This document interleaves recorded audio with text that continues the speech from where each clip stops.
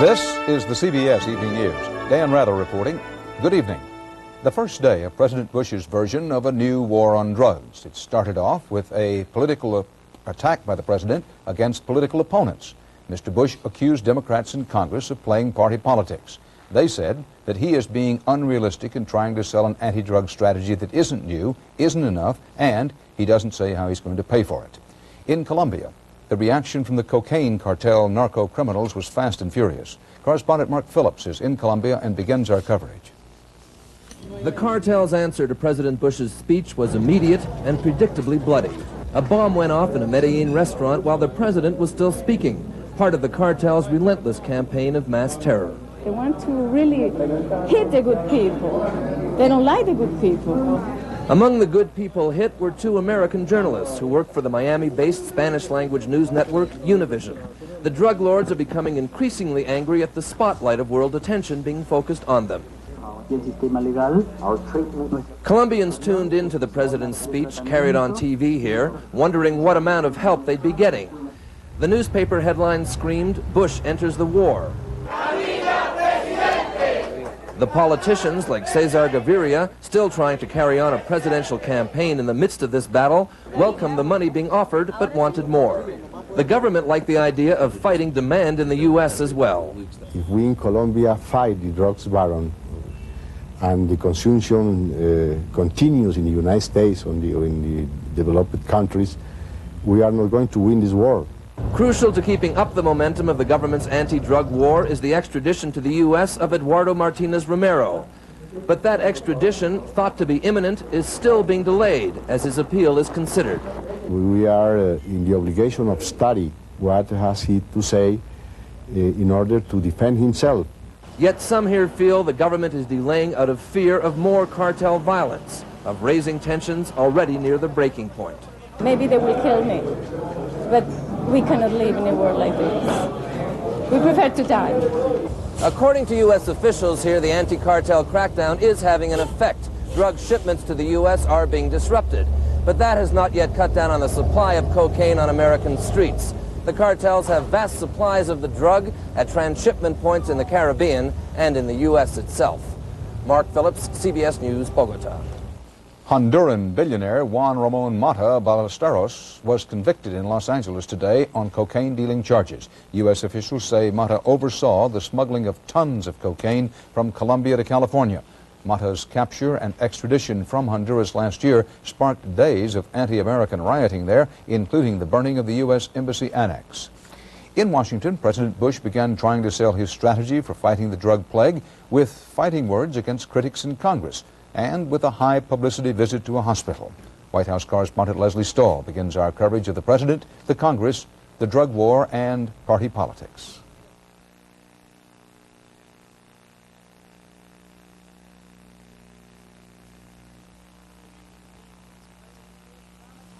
Country's drug crisis by visiting a public hospital today where these babies ready for adoption are particularly hard to place. Hello there. Hi. Mr. Bush's campaign for his new drug war started on a defensive note. He called the widespread criticism nothing but carping from the Democrats. People would stop just criticizing for partisan reasons and get behind the program, and then if there's something additional we can be doing, let's do it. But the president took his own partisan swipes, bludgeoning the Democrats with one of his favorite weapons. Every time you make a proposal, you have somebody jump up and say, raise taxes.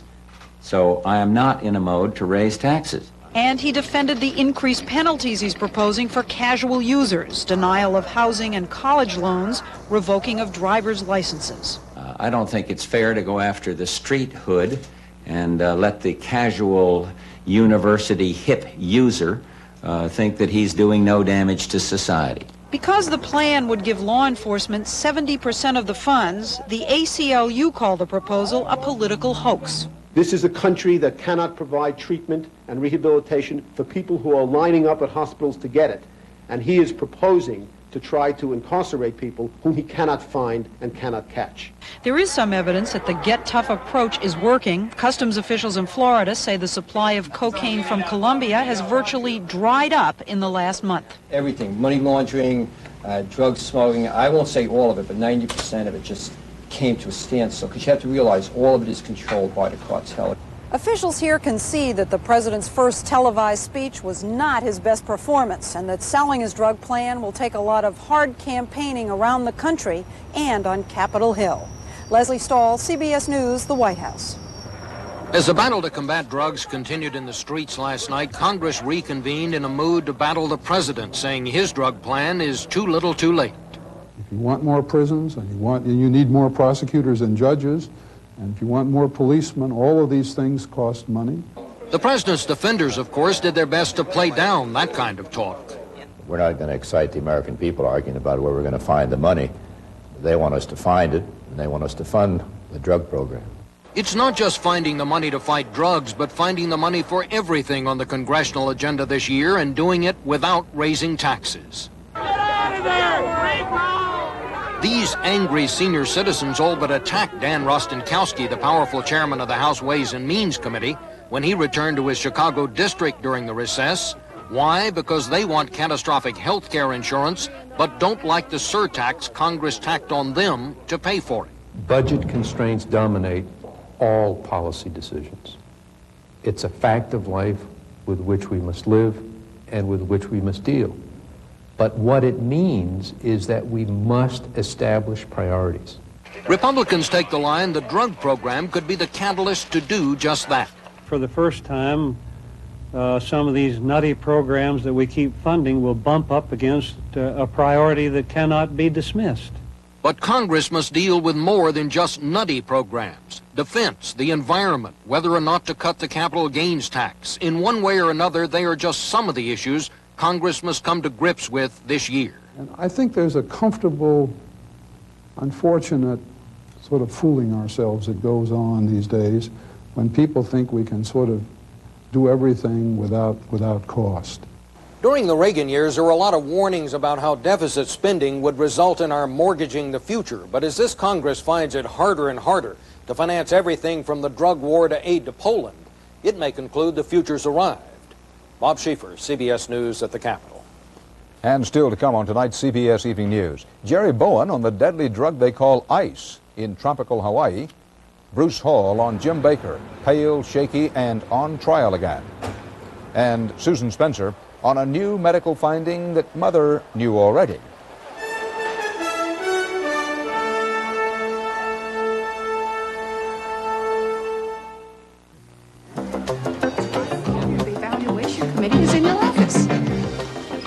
This is my husband, Paul. He's under a lot of pressure. But now he's taking charge of his health, eating right by cutting down on cholesterol and saturated fat. That's why I cook with Puritan, with no cholesterol and proven 94% saturated fat-free. Better than any other kind of oil. Your wife called sneakers before dinner?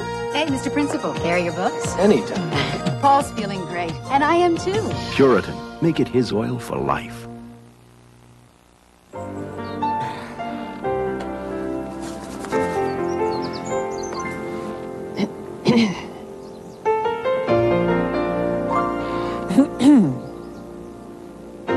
Don't let morning breath ruin a good morning. Use Scope. Scope has 2 powerful ingredients to kill 90% of the bacteria that cause morning breath.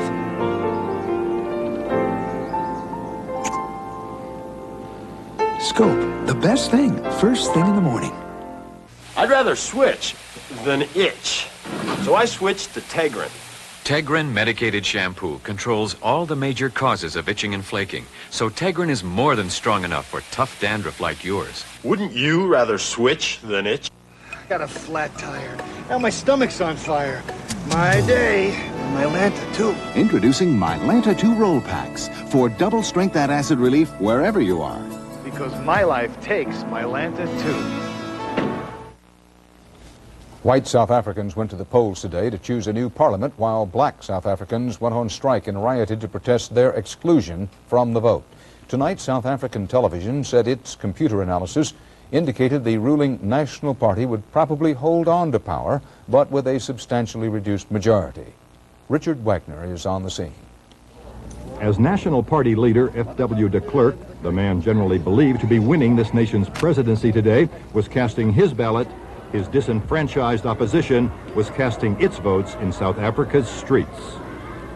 Violent anti-government protests broke out in Cape Town, and all over this country, millions of blacks stayed away from work to protest an election from which South Africa's 28 million black people are excluded. I'm not so interested in it because they've got nothing to do with us there. It's only the wise elections. This election, beset by violence and protest, is South Africa's most important since the National Party took control 41 years ago and then introduced the policy of apartheid. That doctrine, abhorrent to much of the world, has produced economic sanctions against South Africa and increasing isolation from the rest of the international community. There is some hope here that F.W. de Klerk, a self-professed reformist, might introduce changes, but many political observers doubt that this country's ruling white establishment is about to welcome South Africa's black majority into its ranks anytime soon. We're going into a period of extreme political uncertainty before we actually get to that step. So I would think certainly by the year 2000. I would hope before, but I don't think we should think that it'll be before then.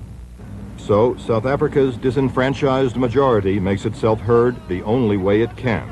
And the government here, acting under emergency regulations it has imposed, crushes the protests. The question is, how long can a minority repress a majority seeking full participation in the life of its country? Richard Wagner, CBS News, Johannesburg. Citing new threats and deteriorating security, the United States today pulled the last of its diplomats out of Lebanon. Ambassador John McCarthy and 30 staff members left the embassy annex in Christian East Beirut. The building has been surrounded by demonstrators allied with Christian military leader Michel Aoun. He blames President Bush for caving into Syria, not helping the Christians in their fight against Syrian occupation troops. The Red Cross in Hungary says about 30 East German refugees got tired of waiting and dashed across the Austrian border during the night, making the break to the west on their own. Thousands more are still in refugee camps in Hungary, waiting for governments to work out an arrangement to let them go. As Anthony Mason reports, the delay has not weakened their determination. Another trailer pulled up outside the refugee camp in Budapest this morning, but this one belonged to the East German government. The relief workers would not allow the diplomats into the camp. No, never, never, we not. So they set up their portable consulate just outside the gate. The head officer, Dieter Graumann, said he only wanted to help those East Germans who might change their minds about going home. 5,000 refugees are waiting in Hungarian camps for permission to go west, but the consul would not admit that the East German government faces a crisis.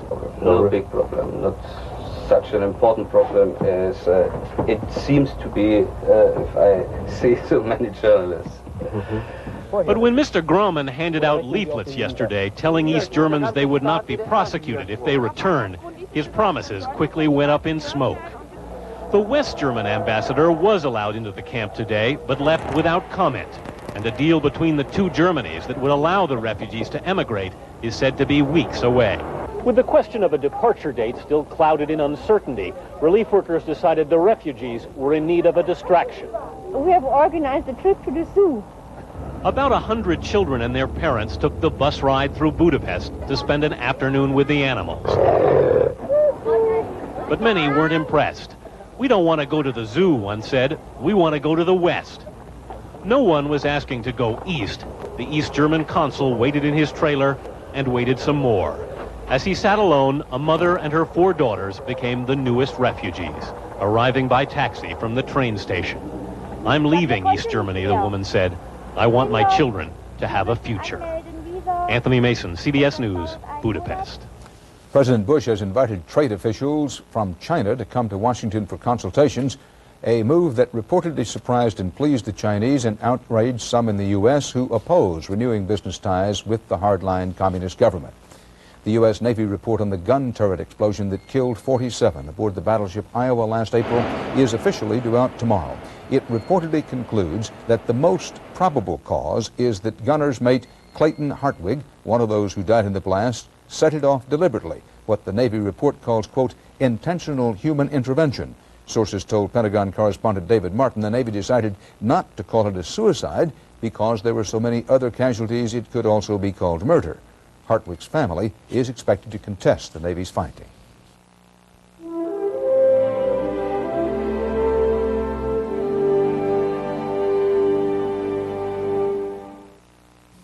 Zing? Zing. What's zing? Zing is the cool, refreshing taste of new Cran-Fruit brand sauce. Ocean Spray's tangy blends of crushed cranberries and sun-sweetened fruit, like oranges or raspberries. Wait till you taste the cool, refreshing zing it gives sandwiches. Wow. Wait till you taste the zing it gives chicken. Or even pancakes. Ooh. Now you can add a cool, refreshing Zing. Zing to everything with new Cran-Fruit sauce. Wait till you taste it. Norman, what's that? Nothing, honey. I asked a simple question. Norman, are you eating something? It's nothing, honey. He lies like a dog. Kellogg's Nut and Honey Crunch. Crisp golden flakes glazed with sweet honey and real roasted peanuts. Irene, what's that you're playing? Nothing, honey. Two can play this little game. Kellogg's Nut and Honey Crunch. The low-priced Subaru Justy with four-wheel drive. Think of it as a Range Rover that's more in your range.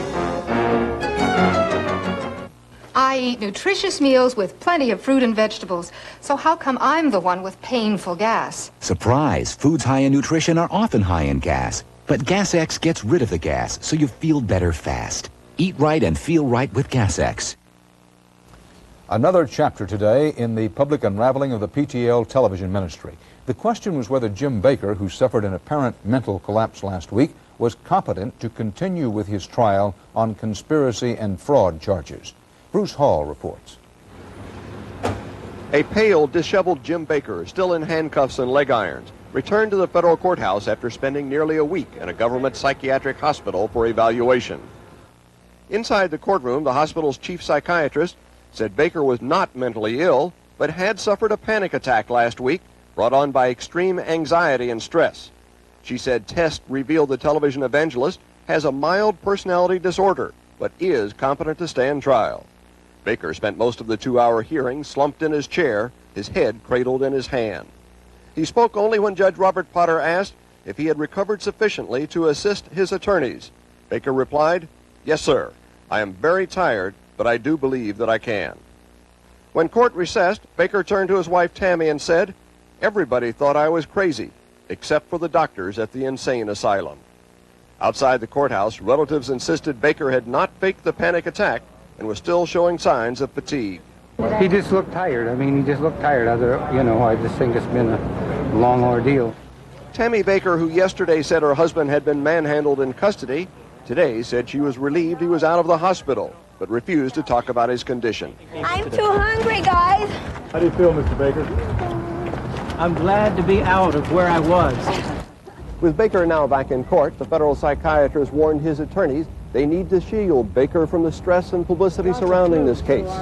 If not, she said, Baker could once again suffer another panic attack, again disrupting this trial. Bruce Hall, CBS News, Charlotte. An eminent New York surgeon now says the warning signs he said he saw in the fingers of A. Bartlett Giamatti belong to another hand. Dr. William G. Cahan was watching a baseball game on television in late August when the camera cut to the baseball commissioner who was attending the game.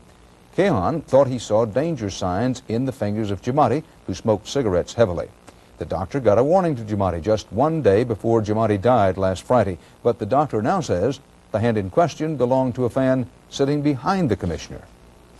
The world's most prolific best-selling author, George Simenon, has died in Switzerland. He was 86. Simenon was born in Belgium, moved to Paris in the 1920s, and began churning out novels, more than 200 in all, including 80 mysteries, including his mild-mannered detective, Inspector Maigret.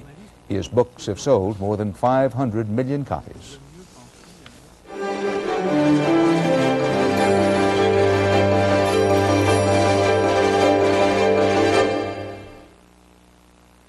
We've studied your mouth from every angle and created a toothbrush with a very special angle, the Reach toothbrush, with a dental angle designed to clean even back teeth better, to get your teeth 51% cleaner than the other leading brush. Reach for 51% cleaner teeth. I have a baby enough face as it is, and then when I put the baby shampoo on my hair, I get kidded an awful lot. It's not just a gentle shampoo because I think it's strong. I work hard, I get awfully dirty, and it still cleans my hair. Johnson's Baby Shampoo, now also with conditioners. It's never made me cry. Now Red Lobster tempts you like never before with king crab legs, sweet snow crab, luscious Dungeness. It's our Crab Lovers Festival, starting at an incredible $6.95. Give in to temptation. 8 great crab and seafood platters you'll love, starting at just $6.95. The Crab Lovers Festival, now at Red Lobster. And kids get shrimp, a complete meal, just $1.95. To my beautiful wife. It's nice to know he still loves the way you look. And if you wear dentures, you can count on Effordent to freshen up dentures and clean away stains so well. With Effordent, all he'll notice is you. Sunsweet's been up to something remarkably fresh. A reclosable canister. So Sunsweet pitted prunes stay fresh and moist. That is, for as long as they stay around. Only one prune tastes unsweet. There are encouraging words in a study published today in the Journal of the National Cancer Institute. And as CBS News medical correspondent Susan Spencer reports, they are familiar words. Finally, scientific evidence documenting what the commercials have relentlessly bombarded us with for years. A diet some studies suggest may reduce the risks of certain forms of cancer. A study sure to gladden the hearts of every cereal maker, showing that, in fact, a high-fiber diet really can cut the risk for colon cancer. Polyps can be prevented from growing, and the number of polyps can be reduced by eating dietary fiber. Polyps are small growths that can and often do turn cancerous. The study involved 58 people at high risk for polyps and for colon cancer. Half ate 2 bowls of high-fiber cereal a day, roughly 22 grams of fiber, enough to slow down polyps and in some cases to shrink them. The low-fiber group had many more problems. We do have to recognize these are 58 people, followed for 4 years. That's hardly a massive observation, but it is a very critical one and a very important one. For despite all the commercials, despite the attention given colon cancer when President Reagan was diagnosed, and the known benefits of fiber, Americans today eat little, less than half that given to the high-fiber group in this study. And colon cancer is the second most deadly form of cancer in the U.S. The good news is that switching to a high-fiber diet can make a difference within a year. That's hopeful for those of us who are in our 40s or 50s or even 60s. It shows that we can do something today to improve our chances, to lessen our risk of cancer. In this study, cereal was the source of fiber, but fiber is found in other foods as well, fruits and vegetables, all the things that Mother told you to eat. Apparently, Mother was right. Susan Spencer, CBS News, Washington.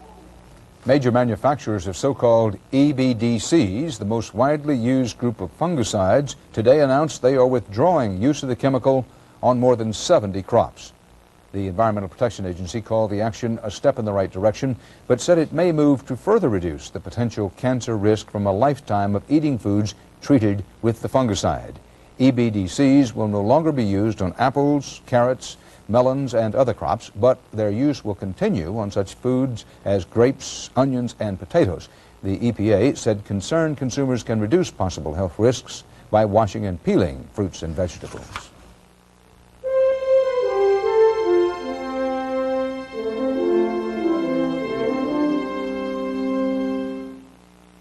How strong is Extra Strength Tums EX? Heartburn strikes, Tums strikes back. Heartburn's gone that fast. Tums EX, twice as strong, twice as fast as regular Rolaids. We help more Americans go to college, and we issue more MasterCard and Visa cards than any other company. We also serve millions of customers in every major marketplace worldwide. We're Citicorp and Citibank, America's largest financial services company. Whatever financial success you hope to achieve, whether it's business or personal, we can help you do it, and do it better than anyone else. Citicorp, because Americans want to succeed, not just survive. Even when the noise stops, this headache just keeps going. I used to take aspirin or Tylenol, but today I take Advil. Advil stops my headaches, and it's gentler to my stomach than aspirin. Advil, advanced medicine for pain. The first time I heard about Dr. Lax was when I was in the hospital. 4.5 years ago with the birth of my first child, and my doctor recommended it. Why is Anne Ruiz so loyal to Dulcolax laxatives? When I'm constipated, I feel miserable. Dulcolax relieves it, within an hour, and it makes me feel a whole lot better. It's very dependable, and it works right on time. Dulcolax suppositories can work in 15 minutes to 1 hour. Dulcolax tablets predictably overnight. Dulcolax makes my life a lot easier. It relieves my constipation, which makes me a lot happier person. Dramatic new evidence of the deep infiltration of the enemy in the drug war. As if the devastation, addiction, and death dealt by crack and cocaine aren't enough, now a powerful amphetamine that some Americans have begun to blow their wallets and brains on. Some users call it ice. In Hawaii, hospital emergency room doctors are watching it turn people's minds into slush. Jerry Bowen has our report. This is the Hawaiian paradise the world has come to know. You're gonna take care of me. And this is its dark side. Scared, The daily nightmare. One more person gripped by the epidemic now sweeping the islands. One more victim of a devastating drug known on the street as ice. I hate it. Ice is a new form of an old synthetic stimulant, methamphetamine. At $6,000 an ounce, it's 3 times as expensive as crack cocaine. But smoked in crystal form, it's twice as powerful and twice as lethal. A person that's so strung out, they're so skinny and emaciated, they're not eating, their eyes are sunken in, they're just a mess. Take a big breath. The emergency room at Honolulu's Queens Medical Center gets half a dozen cases a day. 3 years ago, there were none. At Kapiolani Medical Center, 25% of the infants born with a drug addiction are addicted to ice. Investigators know the drug is smuggled from laboratories in Asia, mainly the Philippines and Taiwan, but the smugglers are not easy to catch, even with specially trained dogs. And Hawaii, which usually lags 1 to 2 years behind the rest of the country in drug use patterns, now is on the dangerous leading edge of an epidemic that's likely headed for the mainland. So it makes sense that we would be the first point of entry. We are the test tube for the smoking drug. It has every indication or every potential of being the crack epidemic of the 1990s for the mainland. Tonight's operation is going to be a bypass. Okay, fishy, where are you? Last night, DEA agents and Honolulu police set up a sting. One more small skirmish in a war that resulted in 500 crystal meth arrests last year. The target was a low-level dealer who'd sold the drug to undercover police twice before. The order last night was for half an ounce, price $1,900. Freeze! Get your hands up! Please, get up! 4 hours and repeated phone calls, but suspect Danny Ramo finally made his delivery and now faces years in prison. Everybody gonna let everybody know about the ice. Stay off of it. Okay? All right. We'll let everybody know. And at the state mental hospital tonight, a 30-year-old ice addict is a prisoner, too, of her mind. One more victim of the epidemic that's turning paradise into a living hell. Jerry Bowen, CBS News, Honolulu. And that's part of our world tonight. Dan Rather, reporting for the CBS Evening News. See you tomorrow. Good night.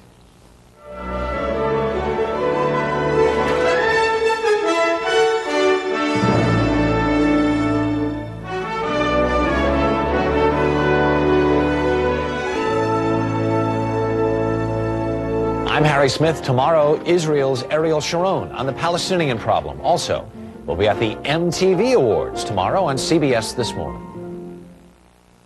This is CBS.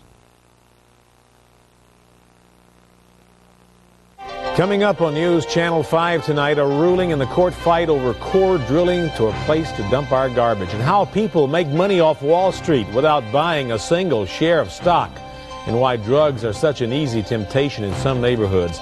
Those stories and the proposal for Nashville Zoo moves another step forward.